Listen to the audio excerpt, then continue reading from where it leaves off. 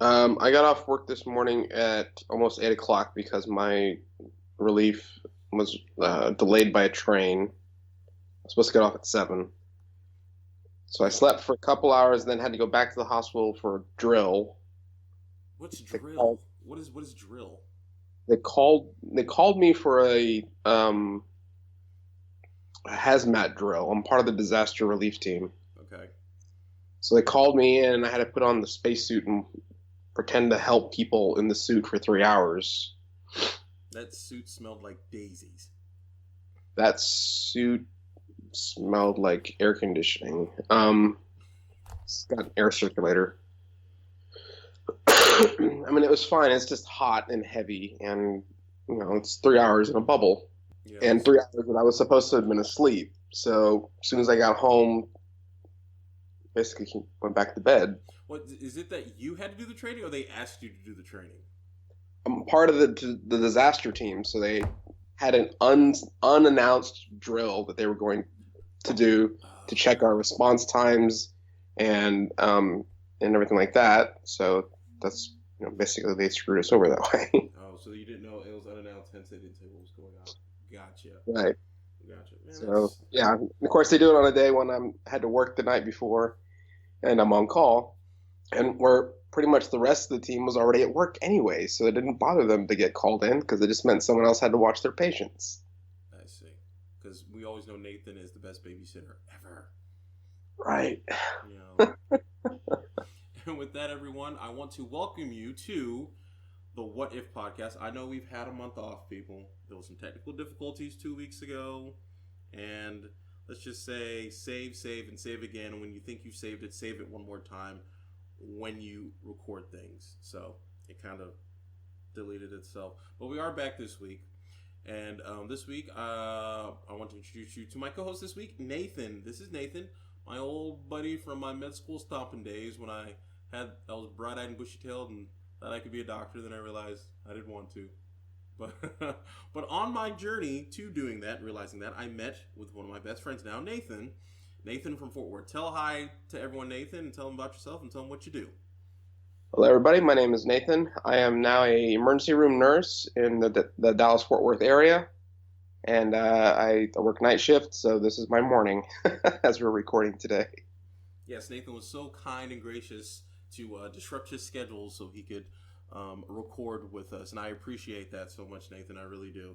So, tell me, man, Nathan. So you had to do the hazmat thing today, and you Yes. worked last night, and your schedule's always off and on things like that. So usually when you're not saving people in the ER, which everyone should thank Nathan right now because he's the one that makes sure that you don't bleed out and all that other good stuff, and make sure everyone's on their P's and Q's when they are in the ER. When you're not in the ER, what do you do for fun? What are your ins and outs, things like that. So Well, one of the things I do for fun is I like to do glass blowing, and I volunteer at a nonprofit glass studio. It's an educational facility. It's just up the street from the hospital district in Fort Worth. And I attempt to be a glass blowing artist. Keyword there is attempt. Mostly, I just am a pyromaniac who found an outlet that's productive. and Nathan, where do you blow the glass? The facility is called Seneca Studios, Yeah. and it is on Magnolia Street in Fort Worth. Okay. And what's the apparatus that you actually use to blow glass? Well, it's a glass blowing furnace. We use blowpipes, What glory is holes. it's called a glory hole. So you say you blow glass at a glory hole? Yes, Okay. I just wanted that on record that Nathan, you like blowing glass at a glory hole. got to keep it hot. Yeah, it is. It is pretty. And I will attest, everyone. It's pretty damn fun. Yes, blowing glass in a glory hole is fun. Look it up. Look it online. It's not as dirty as it sounds, but it does sound pretty dirty. No, it is pretty much. I mean, jacks on, jacks off. It is. It is. It's hot and heavy Just too. a tip. Very hot. Yes, Ugo was kind enough to let me take him over there and have him take a class at one point in time. So he has firsthand experience. He's not just kidding. Oh yeah, it's pretty hot and heavy and beautiful too. Like some of the stuff I created, like I just made the simplest paperweights ever, but Nathan's made lamps, vases, like all types of stuff. You know, so it's a really great place, and it's also I know for Nathan a huge stress reliever there because I know there are some times you'll just come home from work just like, ooh. You need an outlet, folks. You got to make sure you have some way to get some stress off. And You know. So like I said, I found something that's both appealing to my pyromaniac nature and also productive. So yeah. it's been a good outlet for me. So Nathan, what have you been other than working? Like, is there anything great present happening in your life, or something new or awesome? Well, I'm looking at doing some renovation to the house and trying to move out of it in the next year. Probably Oh, staying here in Fort Worth, but just where are you moving to, buddy? I'm trying to find a condominium complex because I'm so damn lazy about cutting the grass. I'm just kind of over it. Man, I feel on that one. I yesterday, because I'm living in a house right now. Technically, it's a house that I do own, but I'm renting it out. Long story. Anyways, I'm living in a house right now, and yeah, the front yard and backyard. I had to reseed it and put some ant killer on stuff. There's a huge old ant pile that's pretty much killed like a big mound of grass because the ant pile was so huge.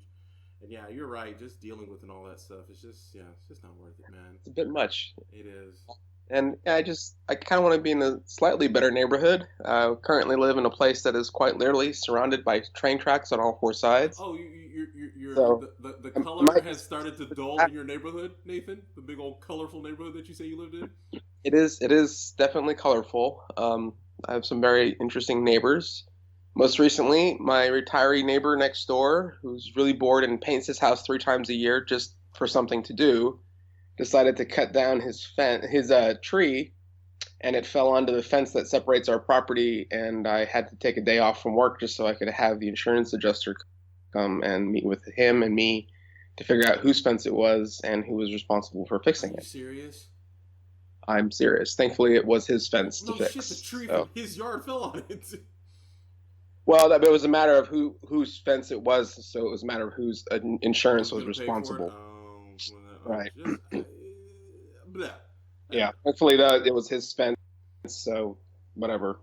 But they needed access to my yard to fix the fence because anyway, it is fixed, Yeah. but it part of the nature of being there. And I'm not sure if y'all are able to hear, folks, but there's a train blowing. Yes, the colorful train tracks. And Nathan literally lives on the other side of the tracks. I am on all four sides. I am across the tracks. Yeah. So, But yeah, well, that's great. what's the good Mexican food? This is probably the one neighborhood to come to because there is a lot of Mexican restaurants, Oh mom and pop yeah. places in this immediate area here. And the So, fastest water burger you have ever seen. yes, if you like to spend 20 minutes in a drive-through, that's the place to go. 20 would be like if Speedy Gonzalez was there. You mean an hour? Remember that one time? I think it was like 2 o'clock in the morning, whatever. We came. I was like, oh, I'm gonna go to the street to get some water burger. I was gone for like an hour, dude. And I just wanted like 2 taquitos, and that's it. And I was gone for an hour in the drive-through. It was awful. Not kidding, folks. They have gotten a little better. Oh, have they? Yeah. That's great. I think it's because since I work night shift and I've actually become something of a regular over there, they recognize me and they kind of know what I'm going to order as I'm standing in line, so they kind of start a little sooner. Okay. Well, if I had the luxury of, hey, let me start your order 3 people in front of you, then sure, it won't be an hour. It'll only be 20 minutes. But yeah, that's pretty much what I had to go through. Man. Yeah. I get in line, I just hold up my finger for which number I want. Give me an 8. They're like, okay. Oh man, that water burger. But yeah, so like I said, I went to medical school in Fort Worth, and Nathan was one of the first friends I met there. We went through the trials and triumphs of a school like that, and we just became best buddies forever. He is the one responsible for me getting really really deep into anime. It was like a blessing and a curse that he did do that, because like, oh great, it's great anime shows. Oh, it's 120 episodes long. Oh, I see. Okay, and me being completist as I am, of course I have. In my defense, I have been trying to recommend shorter series for you. Have I not? You have, and I do appreciate that. And so yeah, you recommended short series like that. Definitely, you're the reason I got into Bleach for you anime heads out there, which is now on Hulu. But I think I have like 80 something episodes left. Oh, you're gonna be on that forever, dude. I know. I apologize for that one. That one is not my doing. Yeah, it's a lot. I take no responsibility for you getting involved in Bleach. I would have diverted you from that if I could. Yeah, well, I'm not. I'm glad I'm watching it, but it's just so long. It's just so. And I'm sorry, but there are some episodes, and like actually whole seasons would really have no point. Oh God, yes, They're entirely filler episodes in there there. is a whole arc like, oh, clearly this is gonna go to something, and then it's done, and they never go back to. You're like, so I just watched about 23 episodes for just nothing. Because the main storyline guys decided to take a month off and That's left somebody. it's honestly what it is. They have an A team and a B team. A team works on the main storyline, and the B team fills makes while the A team is Filler, making yeah, theirs, filler, the B filler team makes season. theirs exactly. So they can take a break, put that beat, and then they'll come back, and it's just like, man, they're interesting, but it's kind of like, man, just so many episodes, kind of stuff like that. But yeah, but that's it with Nathan with anime there. We went all the time. Went to Railhead there in Fort Worth. Awesome Yep. barbecue. If you're ever in Fort Worth, go to Railhead. It's awesome. Yeah, which is funny that he sings praises about that he managed to chip a tooth on a piece of sausage Here's over the thing. there. I'd still go back. That's how good it is. I injured myself, and it cost me hundreds of dollars to repair it. But I would still go back to Railhead in a heartbeat because it's that good. It is very good, It's, yes. it's that good. It's good. Well, enough of It's the too apparently. enough of the introductories and all that. For the real reason we're here, when I brought Nathan on, usually when I bring on guests onto the show or guest co-hosts, I like to present to them well in advance of if you have any what if scenarios in your head that you're thinking about that you want to do, just give it to it, and then we'll throw it out there and see what will become of that. So Nathan had a really good suggestion that we went over. So Nathan, how about you tell them what if scenario that you thought of? All right, folks, here we go. What if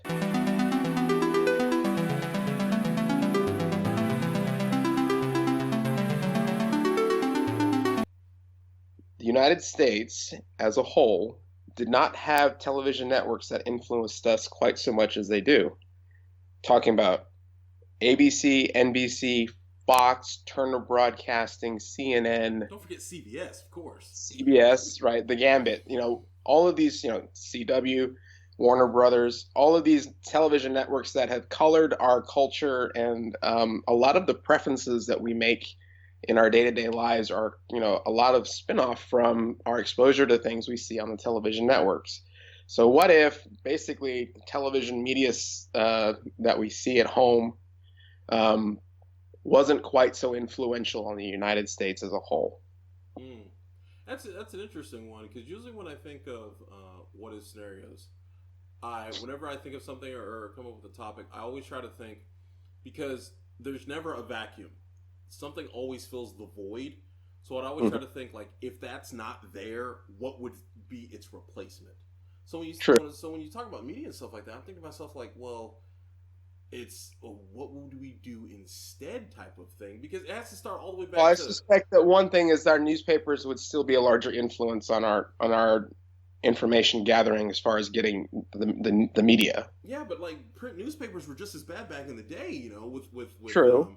with making things phantasmical and exaggerating things and things like that. I mean, I guess the information wouldn't be as instantaneous that would get to us as quickly as possible. But they were still like William Randolph Hearst and the big paper conglomerates things like that. They had a huge influence. But I see what you're saying though.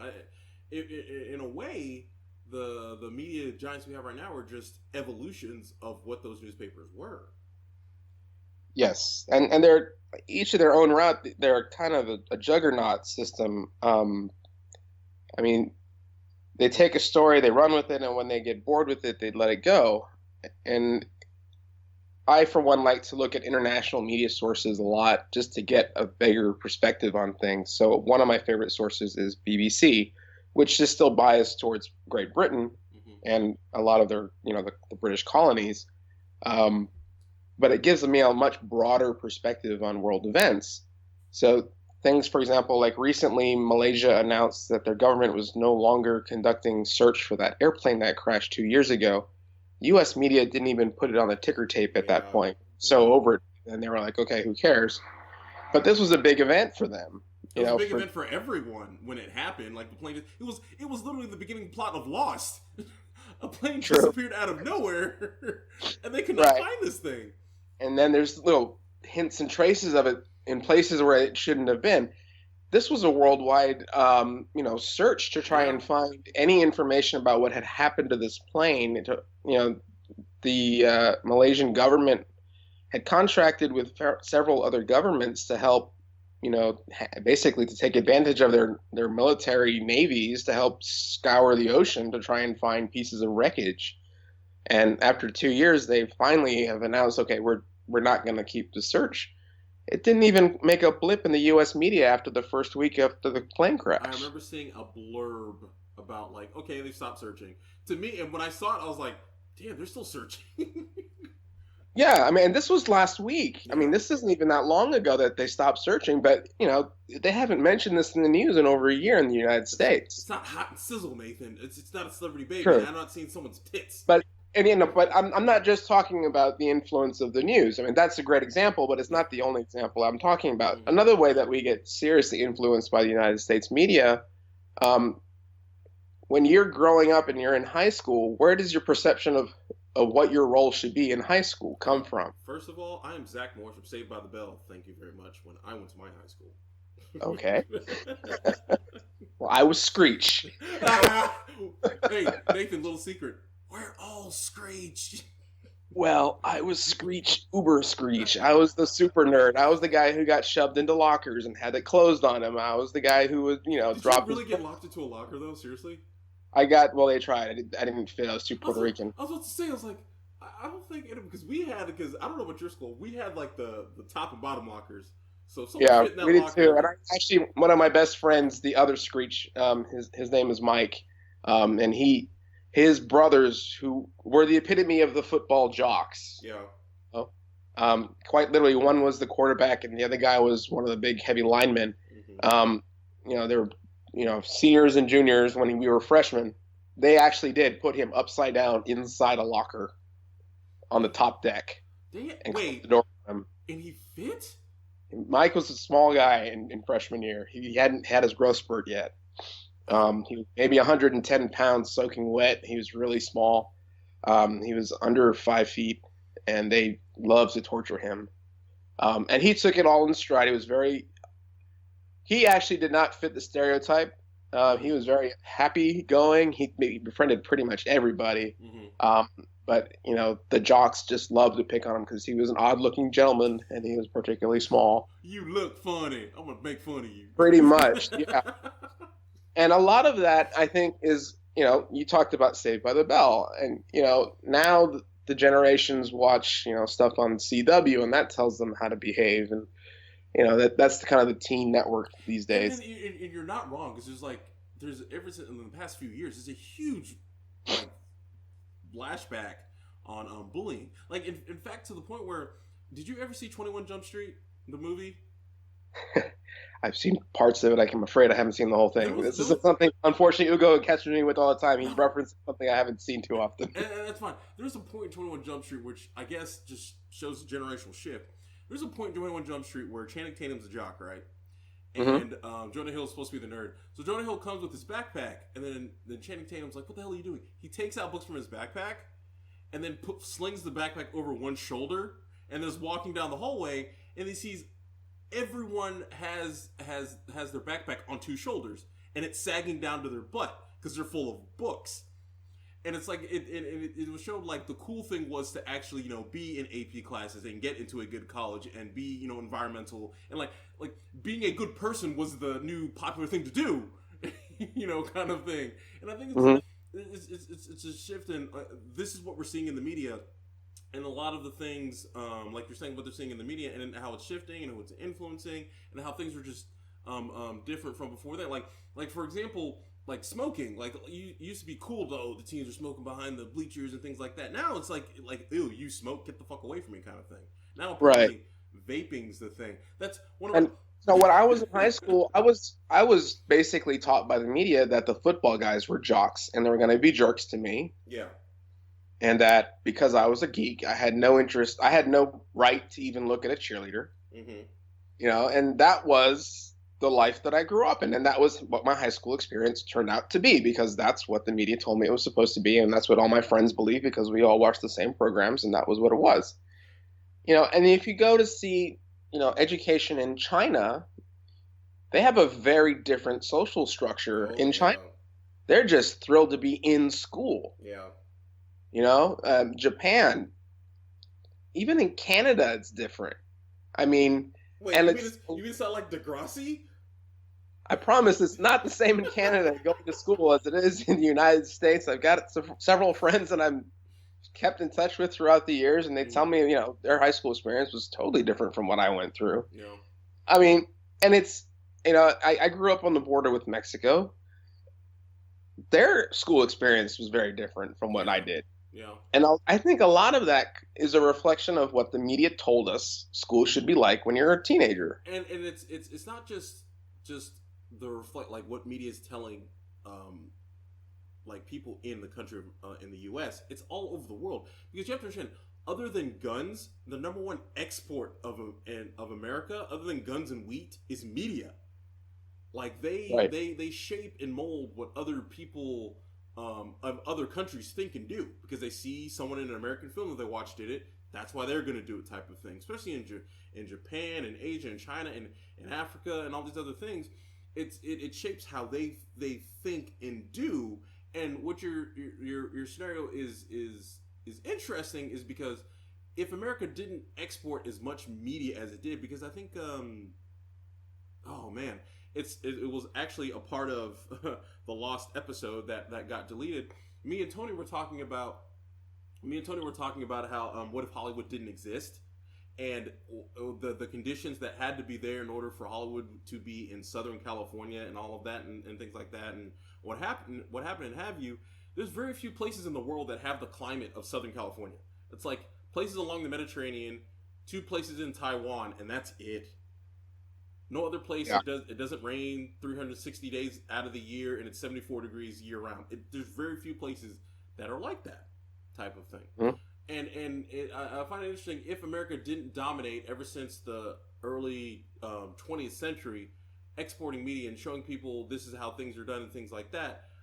What is influenced? For example, it's not until the beginning of the 21st century that we're starting to see stuff like BBC America, that the imports from BBC, like people are watching Sherlock and Doctor Who, and Doctor Who's been around since the 60s, but it isn't until like the late 90s, early 2000s that it became quote unquote mainstream here in the right. U.S. type of thing.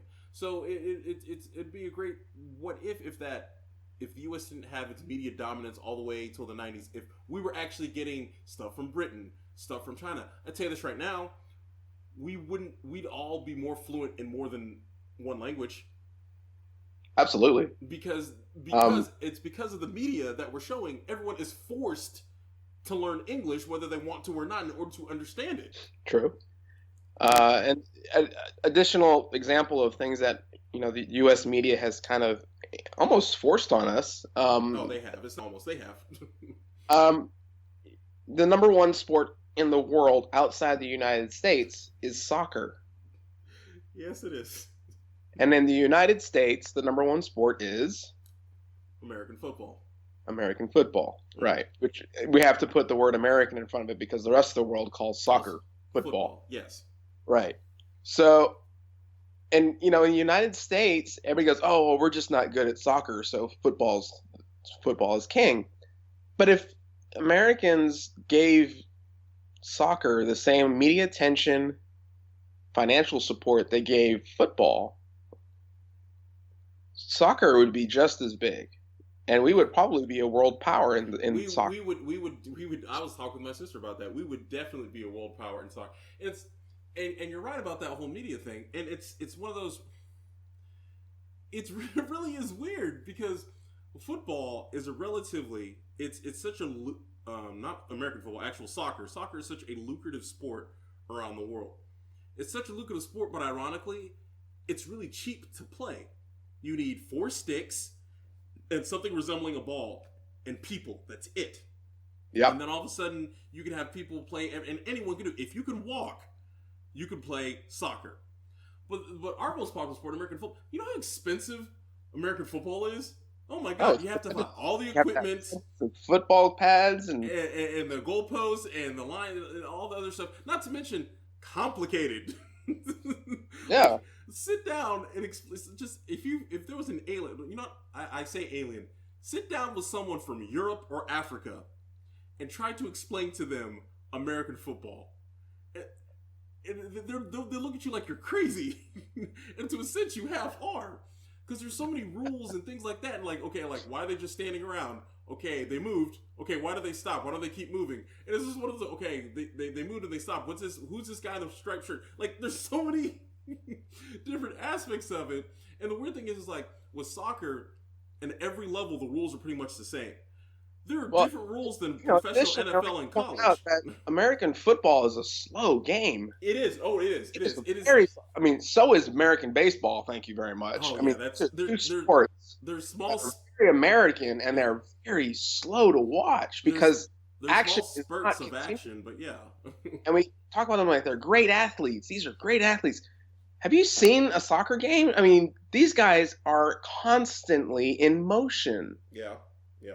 There's no timeout. Let me tie my shoe. I mean, these guys are running the whole damn time, and that's over an hour. Yeah, you know. I mean, yeah. they're phenomenal. The soccer players are phenomenal athletes, and whenever the World Cup comes around, they always have those same articles and pieces out there that saying, "Imagine if our nation's best athletes actually played soccer instead of basketball, football." Like they were saying, like the dream team, like if LeBron James, D Wade, Andre Johnson or DeAndre Hopkins, and some of the best baseball players actually played football from academies their entire lives instead of soccer. Yes, you're right. The U.S. would be a dominating world power because it's the United States is one of the few countries in the world that's what's great and also terrifying about the United States. The United States, even till today, is a huge experiment. It is. We're gonna have people from all over the world come here helter skelter. And to a point where the indigenous people of the country aren't even the majority of the country together, and they have to somehow, quote unquote, live together, quote unquote, peacefully, and how that works and how that functions. And then it's when you see an American national team, or when you see the American, like for example, if you were to watch the Olympics, and you were to think the demographics of the United States, you would think the United States would be like 50% black. If not more. True. Not realizing the demographic, there's only about 10 to and 10 is being generous. 10% of the population is black. And it's just as weird how the mix of the population. Additionally, you would think that Hispanics only make up maybe 5% of America. Yeah, not realizing that now the majority population in the United States. Yeah. So it's weird how that is, and it's also and that brings up a good point of influence of the media, from which viewpoint, and how the media is viewed from those in power, which would be, let's be honest, the white perspective. That's the lens that it's being shown to them, because that's the ones in the boardroom making the decision, showing you what to show, would be rich white men. Now imagine if, not even a huge shift, imagine if they were just Latino men or Hispanic men showing you the viewpoint. If I may, I have one suggestion that might be a pretty good idea just to put out there. Mm-hmm. We have a television channel which has a tremendous influence on the African American community here. Yes. On the Black American. Okay? Yes. BET. Yes. Run by a white man. It used to be run by a black man, but he sold it to the white man. Yes. Think of how much of an influence that has on the everyday social characteristics of the American black person. Oh, yeah. Yeah, in recent years, I don't watch BET, but in recent years, from what I've seen, the programming has gotten better. But I remember BET in its heyday, it was awful. And that was honestly during the days when a black man was running it, unfortunately. But it was one of those where, like, the reason why BT got the run is because when you wanted to air stuff on television, MTV, which is the only place to do it, wouldn't let you do it. So that's when BET came to rise, kind of thing. And then everyone went into programming and things like that, and the stuff wasn't good. But now, hopefully, I think it is getting better. Now, I can't say that firsthand because, like I said, I don't watch BET. But I think I just still don't. It's one of those, I don't watch BET and I don't watch MTV either, kind of thing. Because it was weird, because I was in high school. I used to watch MTV all the time. I used to watch like Real World, Road Rules all the time. And it's weird, like literally halfway through an episode, it wasn't a huge event. It wasn't some big dust up. Something clicked in my mind saying, wait a minute, this is stupid. Why am I watching this? And from then on, I just stopped watching MTV. And I haven't gone back since. I don't know. But you do make a good point. Like Red Summerstone, which is a really, really old white man who owns Viacom, who owns BET. So here's another thing. I have my brother is trying to become a producer and Yes. work his way into American media as Yeah. well. Yeah. Um, He's working. I see him. he's working hard. You know, he and another friend of mine named Steve, who they both live in Austin, Hmm. um, and both have their own little sphere of influence there, where they're trying to work with what their connections are. Hmm. Uh, Steve works more on the screenwriting side of things. Harold is trying to take on a production role. Hmm. Um, and both of them at one point were spitballing an idea for a science fiction show. And one of their goals was to try to cast an entirely mixed racial crew. And Hmm. I don't mean like where you have a black man, a Hispanic man, and an Asian man, They're all mocha. You want them all to be exactly. mocha. Yes, He's and talking about that. Everybody was going to be mixed generations. This. that's more. And honestly, what My he's brother talking and I are about both is like, more science um, fact than science. Because really, if you think about it, 10,000 years in the future, we're all going to be mocha colored. We should be, or a majority of us should be, because we're all going to be mixing of races and things like that, and that'd be more evolutionary, more beneficiary. Like, and oh, you won't one of burn in the the things that sun. they had joked about was having a time shift episode where they go back to the current time here Oh. and have a totally mixed racial group walking around going, wow, this is really weird. They're Yeah. all self-segregating for some reason. And a Yeah. lot of it is self-segregation It is. It that's is. influenced tremendously by the media. Yeah. It is. I mean, Absolutely, it is. I'm sorry, but I don't think that the United States would be so segregated as it is. And again, self-segregation is by choice a lot of Hmm. time. Hmm. If it weren't for the influence of the American media. And you're absolutely right, because it's one of those, like, with the self it's not a matter of like, oh, well, it is for some where, oh, I don't want to mix with them. It's a lot of, like you said, when you were the nerd in high school, it's, oh, I don't deserve that type of thing. Like, oh, I don't deserve to live in that nice neighborhood type of thing. Like, yeah, no, yes, you do, if you earn it, and you present yourself, even presenting yourself in a certain way. Like, you can do whatever you want to do. It's whoever you're right in saying that it's portrayed to them that they can't do that they shouldn't do that type of thing. You know. And so another example that it was unintentional when I did this. Okay, this 10 years ago, when I moved to Fort Worth, I was trying to buy a house. Okay, that was my plan. I wasn't going to rent a place. I was going to buy a place, and I looked all over town. The guy who was trying to sell me a house, the agent, took me all over the place. And I ended up selling on the house I live in now because the neighborhood was familiar. It's Mm-hmm. a predominantly Hispanic neighborhood that I'm in right now. Yeah. I'm partially Hispanic. I'm a mutt. Say what you are, David. Say you're a Puerto I'm a Rican Jew Polish Spaniard, Puerto Rican, Taino Indian, and I look very much of the Puerto Rican side of my family. who's Um, Jewish. Now, I am Jewish. wrap that Yes, around your head, people. yes. The family reunions are very much like a meeting of the UN, only much more dramatic. Hilarious.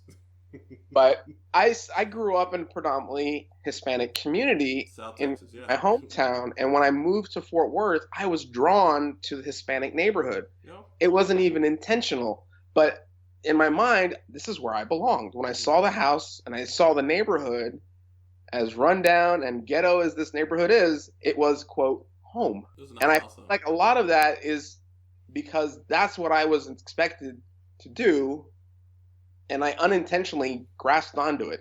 Hmm. And after 10 years, I'm looking at this neighborhood and going, I don't belong here anymore. I don't particularly speak Mm. Spanish well. I can mumble through some stuff. I get extremely annoyed by my neighbors.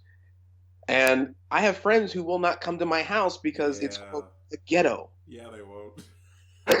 When we talked about this, it's like there's some like, and I understand. And here's the thing: you say friends that won't come to your house because they're ghetto. Why is that? Because it's been portrayed to them in said media that these are the qualifications of what a ghetto looks like. It has this, this, this, this, and this. Here's the thing: it may on the outside look like that, but the people might be completely different. They don't know that. They haven't met the people, Right.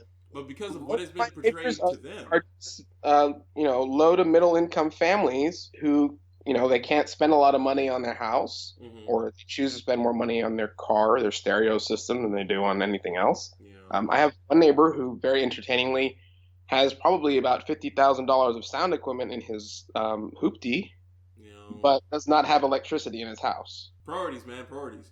Right? And that's just how he rolls. He's part of a car club. His car is the most important thing in his life right now. He doesn't feel like he needs to have air conditioning or lights in the middle of the night, so he has no electricity. He spends most of his time in his front yard listening to music playing out of his car, and he spends a lot of time on his porch entertaining the rest of us with his car, which I am happy to say at the moment he's not doing, so we can do this broadcast. Yeah, that is true. And then you had that surveillance van right across the street from you. That was fun. Yes, we did. That was entertaining as well. But yeah, like, but you're absolutely right, and I kind of feel the same way with me because it's okay, and I'm kind of in a weird place as well because I am black, I am second generation Nigerian, so but I was raised in the white suburbs of Houston, so everything like even my own family cousins like because in Houston the Southwest Side is where like a lot of the black slash Latino slash Asian like minorities like stay. But my mom, being with all the wisdom that she has, said, I will go to the Southwest Side to party and visit relatives, but I'm going to keep my business my own and stay on the other side of Houston. So we grew up there. We grew up in a large, predominantly white upper class, middle upper class school district type of thing. That's what we grew up around. That's what we were raised around. And so when I feel comfortable, it's odd because well, not odd, but when I feel comfortable or moving to places, I usually move to places that are like that. And usually, unfortunately, when I move to those places, there are not many. There are not black people there. They're just not. They're in small demand. I don't go to the places like your neighborhood would be, or a place where they're predominantly. But in fact, to a point where I mean, it's hard for me to admit, but to the fact that if I were to move to a place, or to be in a group that was a predominantly like black neighborhood or something like that, I would have some apprehension to that. Not because I'm afraid of them or anything like that, but it wouldn't feel comfortable to me, and it wouldn't because I'm 6'3", 280 pounds. I'm not afraid of them, but it would just be I don't feel comfortable here type of thing, because I grew up around other type of people, you know. And it's just, it's just where, how you come up against the way media was portrayed that this is good and this is bad type of thing. And, I mean, it'd be interesting if it wasn't portrayed the way it is here or the way media portrays it. It'd be interesting what if, like, it was more of the UK or Europe or even South America or maybe at the time the USSR. What if we were importing media like they were importing our media? How would things be different here? What I mean. Well, for one, I think there'd be a lot less segregation. One thing I noticed when I watch, BBC a lot, mixed racial relationships are pretty much a normal over there. Yeah. Um, you know, black men, white women, and vice versa. No big deal. You got Hispanics hanging out with Asians, and they're having a great time, and it's a normal conversation like you would have with anybody else you have on the street. And there's never this sense of, oh, but they're a mixed racial group. It's just two people having a conversation. They just happen to have different color skin. They're dating, they're having fun, they're just friends, whatever the case may be. It's a normal thing, and that's the norm, and that's I think the norm the rest of the world over. But in the United States, you do that, and if first of all, each of those characters would have a very specific typecast role. Yeah. You know, um, and don't get me wrong, I love shows like MacGyver, the original one. The new one's pretty good too, but they still have those extremely typecast silos that they put characters into. Yeah. The black guy is not going to be the central character. He's going to be the supporting role. He might even be comedic role, but he's not going to be like the big supporting character or even the villain. He's just going to be another guy who's there to make the show more appealing to the African American community or something like that. He checks that box. Right. Mm-hmm. Look, we're multiracial. We have a black guy in the background. Click. And I think that's very sad. And I also think that American media, because we're so used to it, if all of a sudden they shifted and they started portraying more Hispanic characters as main characters or blacks as main characters, there would be a backlash from the Oh, community as absolutely. a whole. They would turn away Absolutely. from those shows because it would be so foreign to them. And that's sad.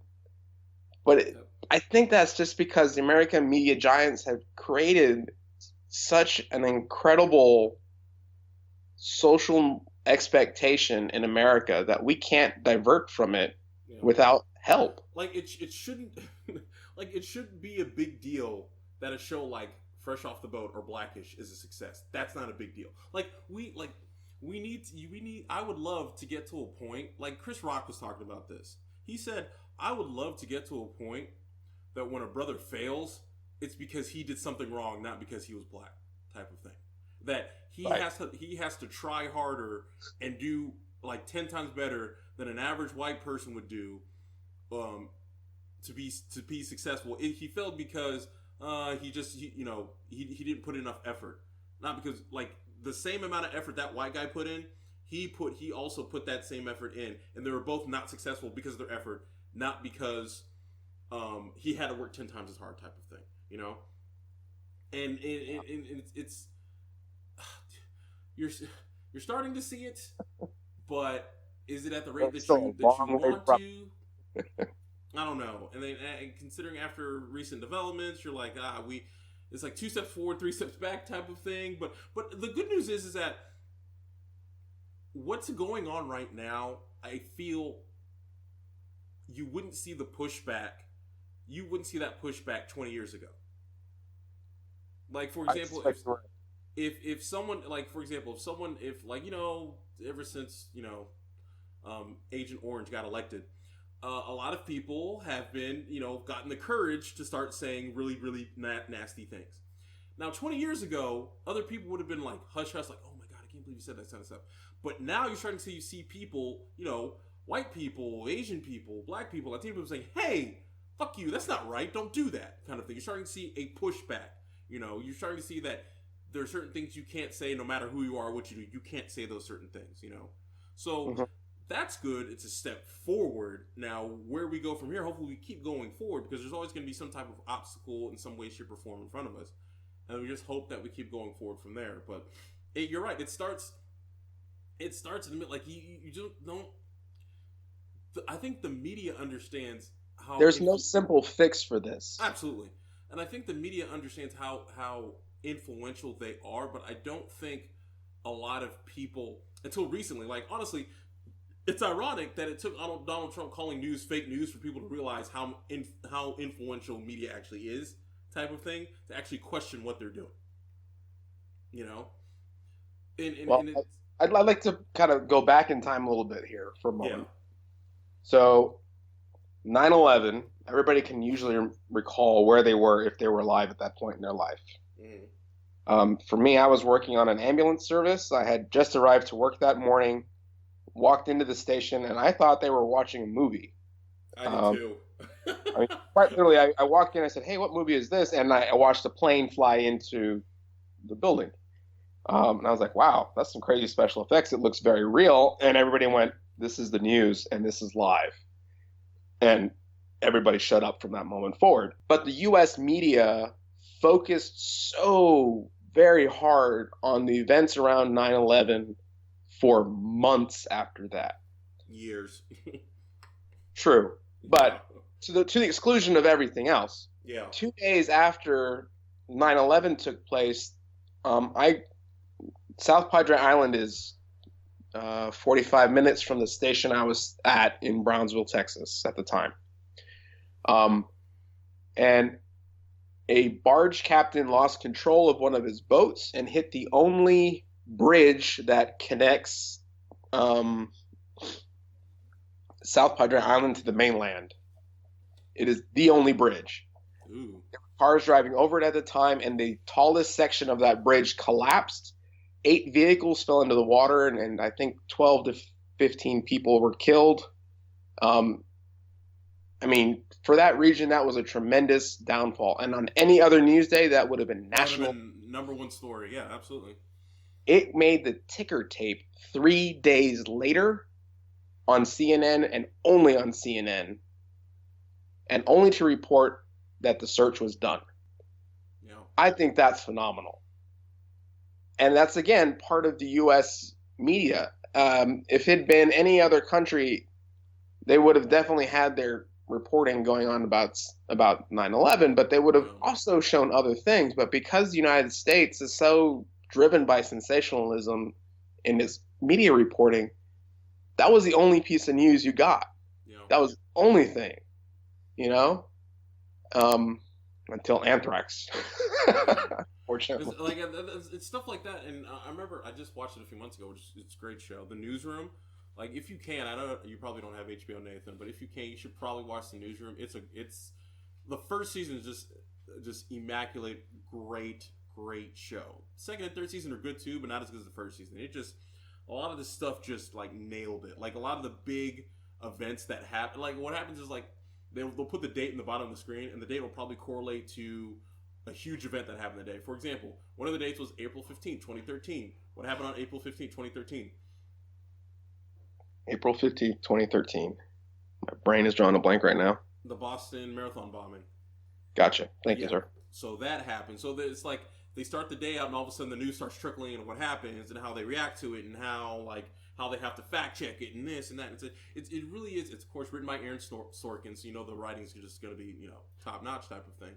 So it was really interesting of like how they want to release a story, how they have to fact check it, how they just can't put anything out there, kind of thing. They have to look at other networks because it's a business, so they're competing against other networks. They have to see how other networks are presenting this, make sure they don't get out scooped and things like that. And it's just really interesting the way they go about it. Well, I do think it's interesting though, because a lot of times, and this has been my experience because I've had a little bit of firsthand with this, is they're also driven to be the first to report it. Yeah. Oh yeah, absolutely. Fact check later. So You can fact always checking retract a lot of later. Yeah. times happens after the fact. Oh They'll yeah. put the initial scoop, and then they'll backtrack if they need to. Yeah. Um, CNN's got in trouble with that numerous times. right.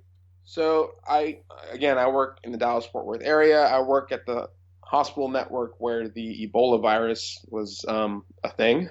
Mm-hmm. And I was an employee at a different hospital within our network where when the Ebola um, patient was received and the employee was exposed and the patient eventually died, and then everybody was worried about the employees, because they found out that they had the wrong equipment, despite what the CDC had told them was the most appropriate thing to have. It turned out that that was not, in fact, the case. They needed more protection than they actually had. Um, and it's, to me, having been there, having seen it firsthand, knowing people who were involved, I know for a fact that what was being put on the news nationally did not reflect the reality of the moment. To the point that I realized that most of it was speculation. They were accosting people in the driveway coming out of the building trying to get to their car, trying to get the scoop, shoving a microphone and a camera in an employee's face as they're trying to run out of the building. Employees were changing into street clothes so they could leave and having security escort them to their car. But, there's hundreds of employees trying to leave at once, and there's only like 3 security guys who can actually help people get to their car. So a lot of people were literally getting mobbed by media just because they were wearing, they might have been from labor and delivery. And so they would throw something out there, just, some rumor they heard or some supposition of, just something to get the media off their case. And that was the news story about Ebola. They may have had nothing to do with it. And there's lawsuits still happening regarding this because of what the media reported, not what actually happened. Wow. And I just, again, the influence of American media. I again love to go to BBC for my news because one thing they do very well is make sure they've got the information correct before they start throwing it out there. And BBC doesn't have as many media outlets to compete with Yeah. in Britain. Was it Channel 5 and what? That's it. Oh, there's a few BBC channels, and then there's like a few local ones, but for the most part, they're not competing with, with you know, other networks. Yeah. a tremendous volume of competitors like there Mm-hmm. are in the United States, and they take the time to get it at least closer to the truth. Like, they still get things wrong, but they also admit to it when they Yeah. realize they made a mistake, or they'll tell you this is an opinion of the person being interviewed, or they'll put a note saying, this information still needs to be verified. However, preliminary sources say, and they'll start with that, you know, Mm-hmm. and I think that's really good because it gives them and the audience the realization that what's being reported may not be the entire truth. It's what we understand at the moment. Mm-hmm. And the Yep. United States media absolutely does not do that. And to the point where it's Everybody giving has to be right. Everybody has to get it right the first time. everyone And has to be get it first. right Not before you, everybody you else. you mess it up. They don't have to. They just have to be first. They don't have to be Well, right. And honestly, the advent of the internet has just made things just much worse. Like yeah, like a lot of people get all their not even some all of their news from their Facebook feed, like all of it. because that's definitely the place to get information. Exactly. Facebook feeds and Twitter. That's the place where you should totally get all your great fact right news kind of stuff like that. And just the proliferation of that and the way things are going.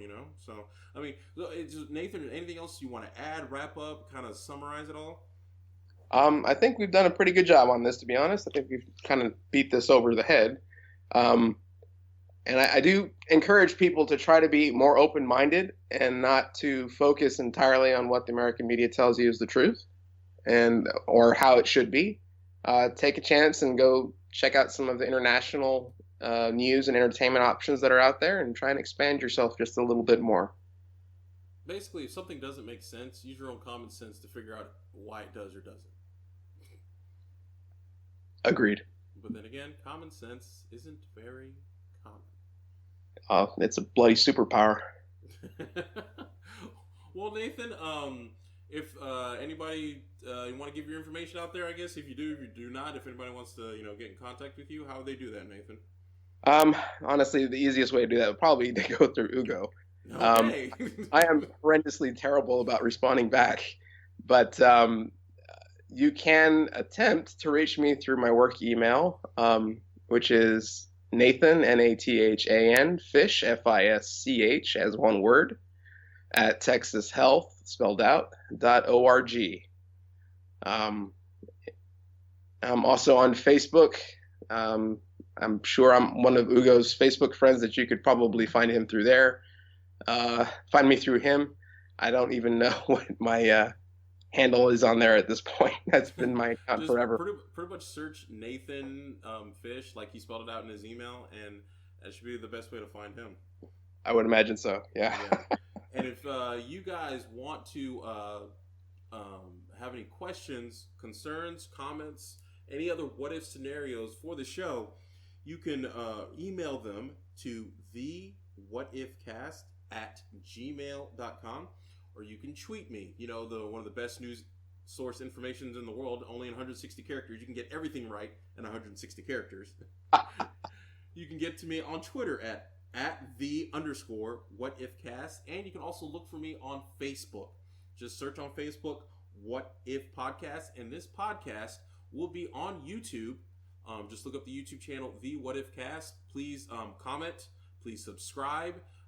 Please get any comments, concerns, things like that. Do that below and subscribe. Tell your friends. Tell your kids. Tell your wife. And we're also going to be on SoundCloud. Go to SoundCloud, soundcloud.com/thewhatifcast. That would be all the ways you can reach me. Once again, I'd like to thank Nathan so much, parting away from his busy schedule to do the show with me. So Thank you for having me. It's been an absolute pleasure, and I hope we can do this again. This has been a lot of fun. Absolutely, absolutely. So until then, guys, I'm signing off from the What If Podcast. We will see you again next time.